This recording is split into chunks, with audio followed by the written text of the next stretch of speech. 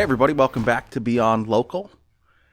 As always, I'm here, Steve Blackburn, Vice President Operations. Normally, you've got the wonderful and talented Jeff Kimmel here in my seat, but as usual, Jeff's busy, and he asked me to step up and step in for episode 52, so it's a weekly installment. I feel like it's we celebrated 50, we said that was a milestone, but this is legit 1 year of coming into your living room or through your podcast or however you consume our content.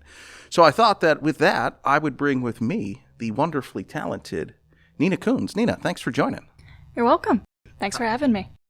Couldn't be happier. So like I said, 52. We come in once a week. I know, with COVID and whatnot, we had to take a couple of weeks off, but big episode. Had to bring on a superstar. So Nina, I know you, but we've got the people, as I call them, and I'm sure you know from watching the podcasts. But tell the people a little bit about you. What's your position here at LSEO, and how does that help our clients become successful? So I'm a senior SEO associate here with the company. I've been here almost 2 years. I think early August is my official anniversary date. I'm an account manager, so I primarily work directly with the client for their SEO to improve their website, their search rankings, and hope they get more traffic. Perfect. So to the people, Nina kind of does it all. So Nina helps write, revise, and optimize content. She does the technical SEO work. She does the preliminary research and post-launch cleanup. She does the link building efforts as well. So she really does it all. And I've had the pleasure to know Nina now through two companies. So that's a good segue here. Tell us a little bit about your professional resume. What did you do before LSEO? Where did you go to school? What did you major in? Maybe some other places that you've worked. So I guess I'll just go right down the line. I went to school at Luzerne County Community College. I have 2 associate's degrees, one in advertising design and one in digital media. From there, I went to a local design agency for about a year and transitioned to pay-per-click at web.com.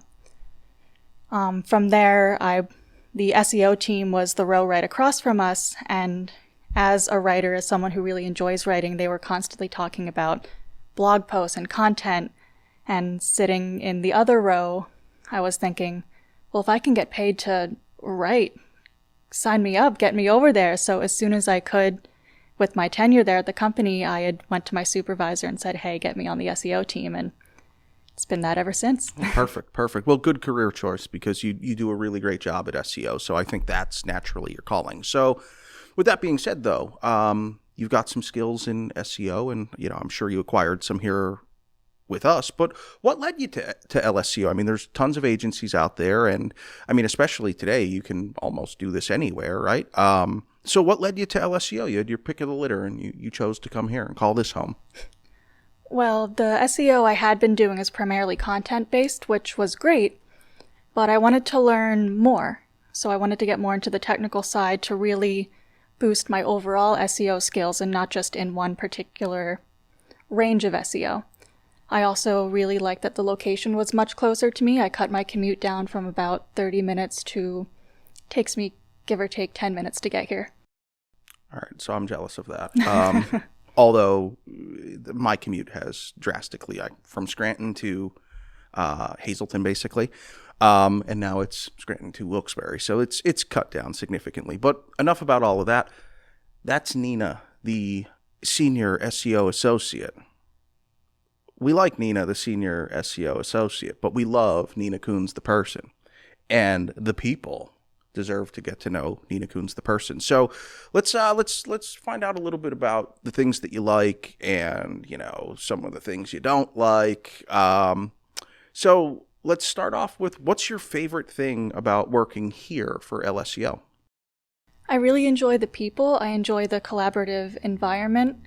I know we're a smaller agency compared to where I came from, but I like that all of the teams are more integrated. If I need to check in with the pay-per-click team or the content team or the web designers, I don't have to go across a building. I can just, now go across the hall and everyone's right there. Right. The little known fact to you guys is Nina also heads up our culture committee. So a lot of the fun and engaging stuff that we're doing within the office, or some of the philanthropy that we do throughout the community, whether it's the soup kitchen or the Angels program with the children and youth, Nina helps us champion a lot of that. And she's always trying to make the place a better place to work, which is great because, well, selfishly, I get a lot of credit for that. But this is the woman that makes it happen. So from me to you, thank you very much for making me look good. You're welcome. All right. So favorite thing is the people. I have to say that's my favorite thing too. But I'm going to give you the power to be Chris Jones right now, owner, CEO, founder and CEO, excuse me, to give you the ability to change anything. What's the maybe one thing that you would change here at LSEO? That's a tough one on the spot. I think she's watched a couple of these and knew that was coming. Right? I think the one thing that maybe I'd change, just off the top of my head, getting a more cohesive look within the office, which I know we're working on.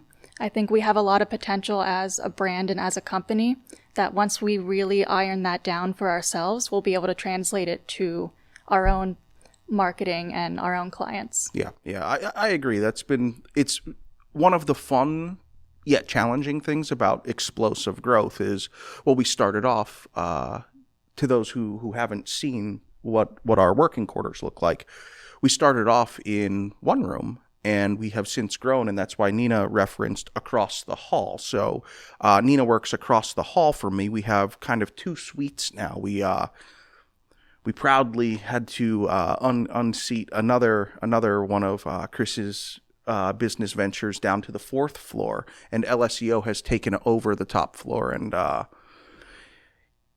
I'm getting ready to. I mean, my plans are where we take over the whole building. Everybody's got their own aspirations for this building. I'm sure Chris loves having different tenants and things like that. But my aspirations are there's going to be one tenant. We're going to fill it, and then maybe we'll segment it off to floors. Like maybe SEO's on floor 2, paid media's on floor 3. Kyle Cozy will say there's no way that paid's going above SEO, but that's for he and I to argue about later. Web dev can go on a floor. So Jonesy, my goal is to just fill this thing with no tenants except us. So again, that's a little bit more about Nina. So we're going to dig down a little bit deeper to know a little bit more about you. I've gotten the pleasure to know you over the last couple of years. So tell us, what are some of your hobbies outside of work? I'm a huge nerd. So I love watching anime, reading manga, playing video games. Manga. I thought you said mine. I don't know what I thought, but it wasn't that. So let's stop right there. What is that? So manga are Japanese comic books. Okay. So a lot of anime can be based off of these stories. So it's essentially just the comic books from Japan. They read left to right, so the books are backwards. So that if you're new to reading it, that can be a little bit challenging to kind of remember to do. But I'm at the point now where I pick up a regular comic book and I turn it. If you put it in a mirror, does it work then? No, the whole thing, it's... Oh yeah, because that would turn the letters backwards too. Right, so the letters read the same, but you read the pages left to right, and the dialogue would go the same way. So rather than reading the same way that we do, it would just be flipped. So luckily I don't read enough to have that problem. So tell me then, I like to ask this a lot. Your perfect Saturday. What would a perfect Saturday to you be? You don't have any chores that you have, because don't be like, well, first I'd get up and clean my house, because no, that's already done, right? So you don't have to clean the house. You don't have to take your pet for a walk. You don't have to do any of that. Tell me, no responsibilities. What would the perfect Saturday be for you? Perfect Saturday or Sunday if Sunday's your day. Right. So, excuse me. I don't want to discriminate on Sunday. So, perfect weekend day would be, wake up, make some coffee. I'll either... Perfect. Harder than you think. Puts her on the spot. Way to go, Steve. You big jerk. Yeah, I'll just drink some coffee. Maybe I'll read either a regular book or some manga. Watch some anime, play some video games. Pretty much what I just said for my hobbies, but just having a whole day where I can just relax and do things, hang out with the cats, hang out with my fiance.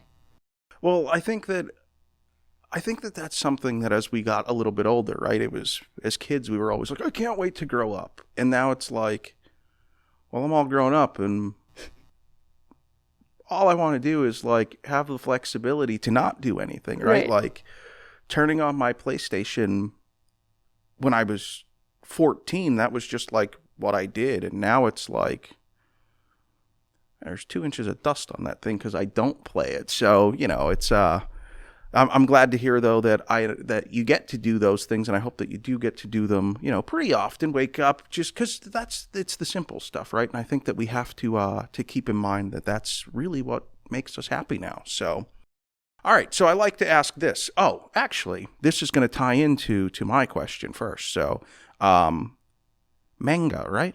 Manga.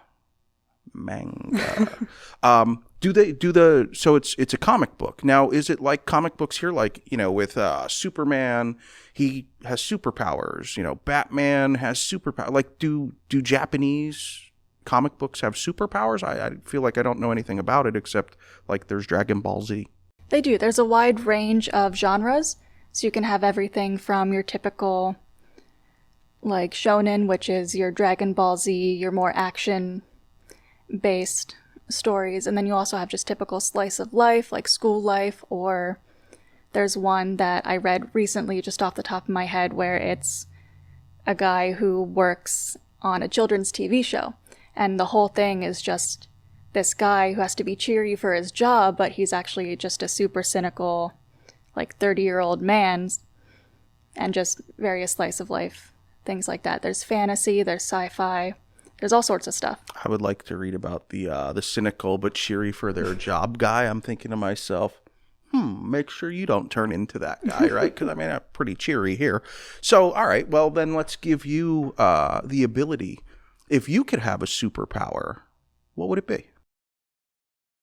I think I'd like to fly or teleport, whichever would end up happening. Okay. I just get places quicker. You know, it'd be the most convenient. It wouldn't be too overbearing, overpowering. Could cut that commute from 10 minutes to 10 seconds. Exactly. I need all the time I can get. Normally I'm here and I start poking holes through people's superpowers, and I'm sure I've done the flying already. I think I asked someone, well, like, what if you flew slow? But without Jeff here to steer me in the right direction, I feel like that'll get off the rails really quick. And and the talented Dan back there is going to be like throwing something at me and be like, come on, Steve, you're doing it again.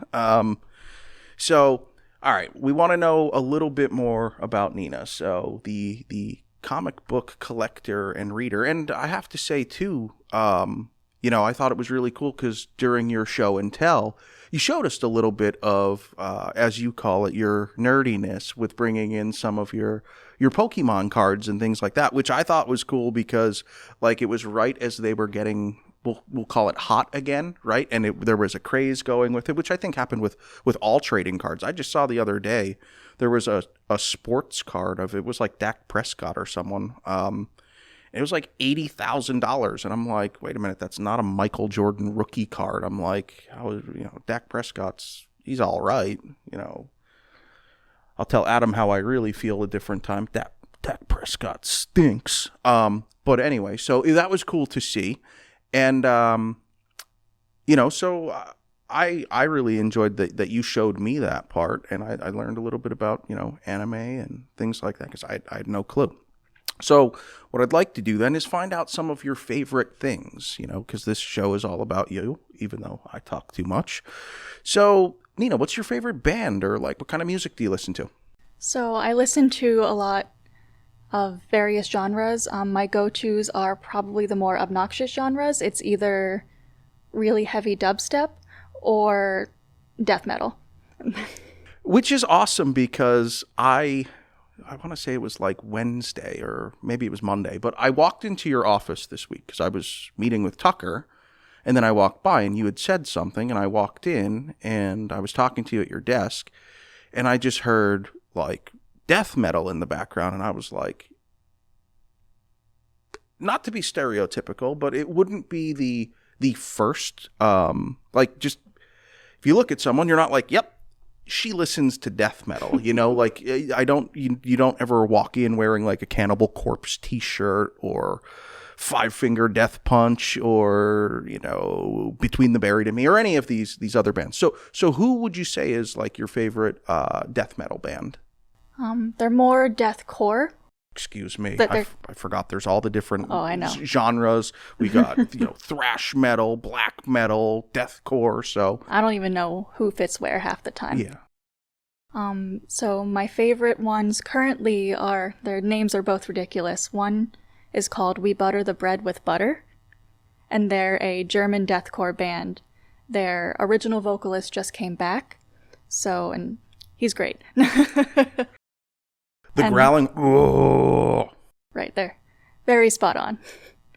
And the other one is this band called Necrogoblicon, where their big selling point is not only are they good, but they have a guy who dresses as a goblin that just dances around on stage, and that's his job. Yeah, well, if he ever twists an ankle or something, like, sign me up. Like, I don't know that I could do that as a full-time gig, but I could definitely get out there, shake my bones a little bit, dressed up as a goblin. Or, I just thought of this, if Kimmel were here, I would, I'm going to do it anyway. He could get up there in that leprechaun suit with him and Seamus, I could see that going on, so. Although I think that should be a segment in this anyway. I think like we should cut away and it's Jeff dancing around as a leprechaun with the leprechaun on his shoulder. But anyway, show's about you, not Jeff. What about your favorite movie or TV show? Because some people are like, I don't watch movies. Favorite movie is Lord of the Rings. All of them. When you say all of them, do you mean like The Hobbit as well, or just... No. Okay. Just the Lord of the Rings, the trilogy. Okay, because I feel like that needs its own piece, because they weren't bad, but they weren't... Right. Yeah. Like, you get it. So, they weren't bad, but they weren't either, so. Right. And you're a reader, so outside of manga, what else do you read? Do you have a favorite book or anything like that? It's been a while since I've read just a whole regular book, but the favorite one I've read recently is this book called My Best Friend's Exorcism by Grady Hendrix. It's set in the 80s, and it's basically your typical, exorcism story, but it's told by the perspective of the girl's best friend. So you're kind of watching this girl who turned out to be possessed kind of decline and go through that without knowing what's going on from the perspective of the book until they kind of piece it together themselves. Oh, that's got to be wild, because I couldn't imagine, like, especially if it was the way it's depicted in a movie. I mean, I've never seen someone possessed or maybe I have and haven't known it and they needed an exorcism, right? So that would be wild, though, to see. So, all right, well, Nina, thanks for telling us a little bit about you. So what we like to do, this show is, it started off all about tips, tricks, hacks for growth, digital marketing, things like that. So as I said, you've worked at a couple of agencies. You've definitely grown in your career. I've watched you grow as an SEO, and I couldn't be more proud of the work that you do. I think you're fantastic.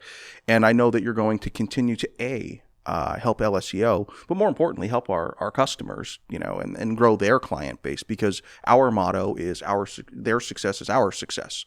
So can you give the people just a tip here that you've learned at your time at LSEO that, maybe they don't know? So throw a little nugget to us.